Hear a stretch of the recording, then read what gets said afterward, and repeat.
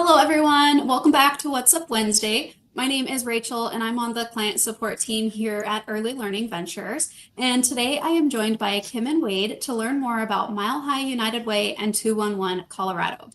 Wade is the Chief Operations Officer at Mile High United Way, and Kim serves as the Manager of Disaster Response. And we're really excited to get to learn more from them. Welcome, you guys. Thank you so much for joining us. Thanks for having us. Awesome. If any of our viewers have not heard of Early Learning Ventures before, we are a mission-driven nonprofit organization committed to improving the quality of early childcare by providing early childhood educators with essential resources and support. We understand that most childcare providers are small independent businesses, and while they are deeply committed to nurturing children, they may not always have access to the tools and resources needed to really elevate their programs.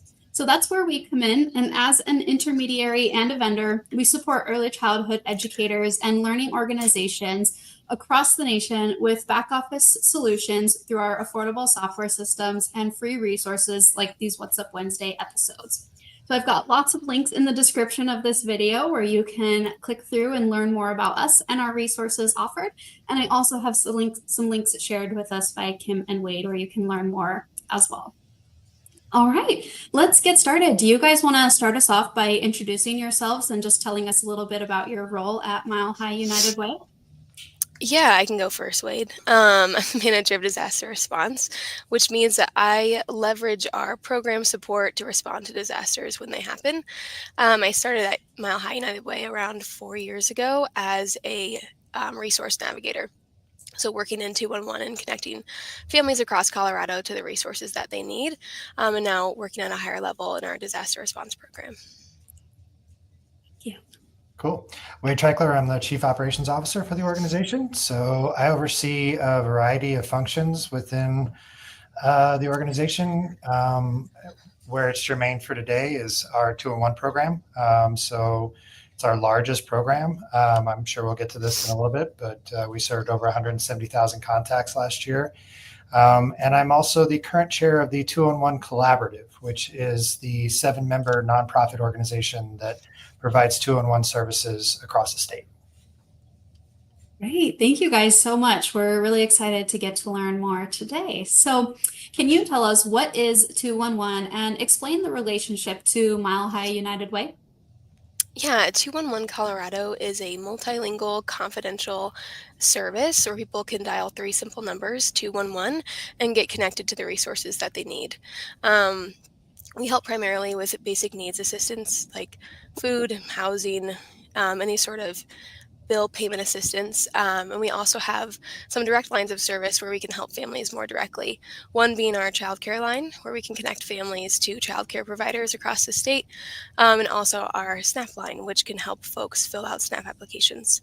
As Wade said, we served over 170,000 contacts last year. We average around 15,000 a month. We have a team of about 30 navigators answering those calls. Wade, anything to add? We also, as I mentioned, work in partnership with other organizations around the state to provide that, statewide footprint. So we have partners in Colorado Springs, Grand Junction, and Pueblo that run call centers, which helps us kind of balance the load of contact volume around the state. But we also have other members that don't run call centers, and it's a really valuable kind of add value to our organizational footprint, where we're able to have those organizations engage in different advocacy and promotion efforts on the ground, but also help us identify new resources in their communities that we can add to our database. So it really does take a village on this one. So have all these members, and it really is kind of a unique way to run this state footprint and serve our community. Awesome. Thank you, guys. Kim, I know you touched on this a little bit already, but can you tell us what types of resources are available through the database? Yeah, our database has over 6,000 services, so there's really a wide variety. Again, primary focus being basic needs connection, but as a navigator, I took calls from like a number of needs. One that I remember was an elderly gentleman who was looking for help to walk his dog, and we had a resource for that, believe it or not. So it really is whatever need you're looking for. Start with 211, go ahead and give us a call, and we'll see what we have. So yeah. I love that. Thank you. That was a really good example because you mentioned the childcare resources, and that's totally different. So I think that that's good to help give us an idea of yeah, resources. Mhm. So can you tell us who can use 211?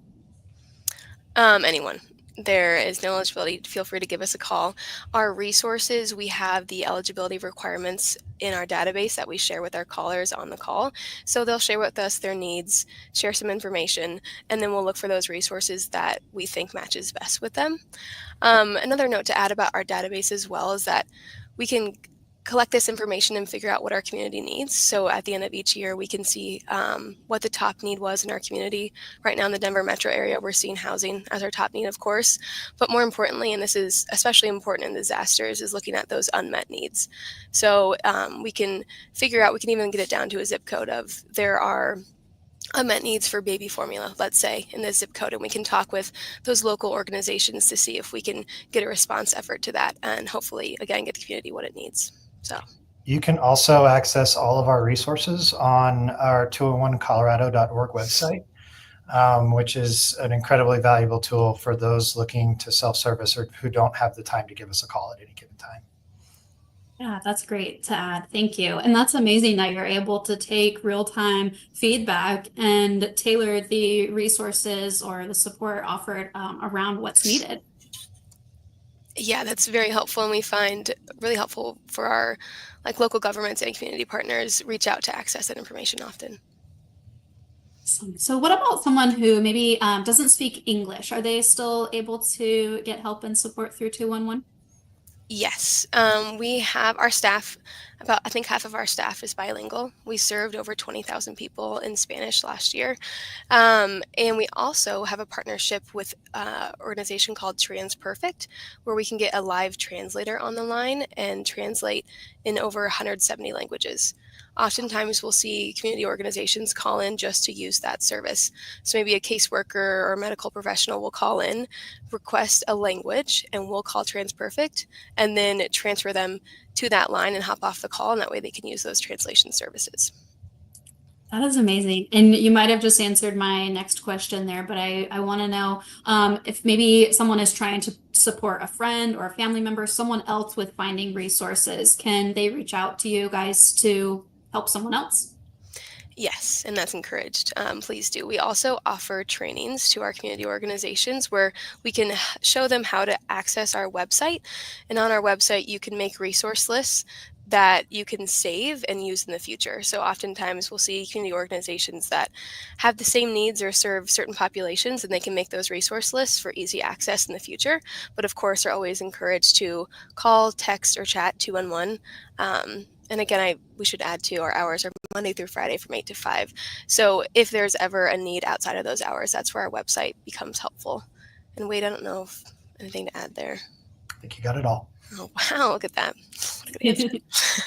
Great. And those resource lists, so if someone was building a resource list, are those kept up to date? Whereas if there's a resource on there that maybe is no longer available, is that taken into account? Yes.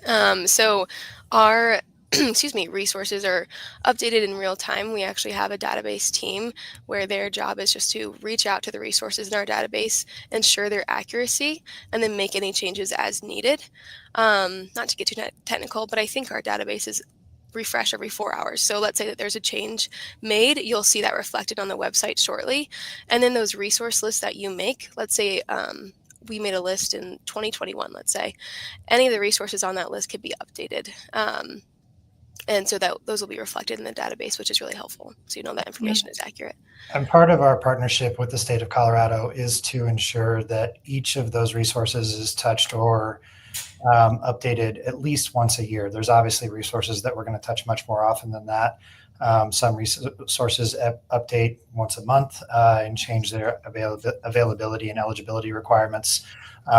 We consider that a real core part of our work to make sure that that resource database is accurate, not only for our call center, but for those accessing it on the website.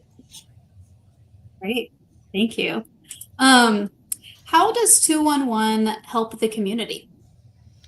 Um, In many different ways. We have, of course, our call center, which is that connection line to resource assistance, which is the biggest way we can help. But my role as manager of disaster response is another program that we've offered to the community to help in those really tough times. And so, of course, that disaster response is huge. This last year, when Hurricane Helene and Milton hit the East Coast, we had actually one of our partners, we worked with them to answer calls on their behalf to get information about families that had been affected, what sort of damage their property had experienced, and got that information to those organizations. And our senior director, Casey Harlows, was actually deployed by the state of Colorado to go out to Virginia to help with some of their response efforts. So, of course, can help anywhere, but we also have a focus within Colorado. So whenever a disaster strikes Colorado, we are the statewide call center. We have a partnership with the Department of Homeland Security and Emergency Management that when there is a disaster that affects the entire state, they'll give us that information. We'll have it uploaded to our database, and then we become that call center. So communities will be directed to call 211 to access that information. Another example would be this past fall when we experienced the wildfires up in that 4-county footprint. We were working with those local governments to get that correct information and, again, getting out those resources to the community that needs them. And then at the end of those disasters, sharing that information back with those organizations to help them understand what unmet needs there were, what met needs there were in that community to, again, make sure that we're getting folks what they need. That's incredible. Thank you for sharing. Mm-hmm. How about for those outside of Colorado, for example, we do have a comment saying good morning and hello from Hawaii. Is 211 a resource that's available in other areas or other states? So 211 is actually available in all 50 states, and good morning from Hawaii. We have actually the 211 in Hawaii was very active in the recent wildfires out there. So there is a very good footprint. It does vary state to state in which organization supports it. In a lot of cases, you'll see United Ways working with them, but not all. And so it'll change region to region, and even within each state, there can be nuances. We're lucky in Colorado that we're represented under that 201 Colorado footprint. But even within our footprint, about half of our organizations are United Ways, and half of them are just other nonprofits looking to support the community.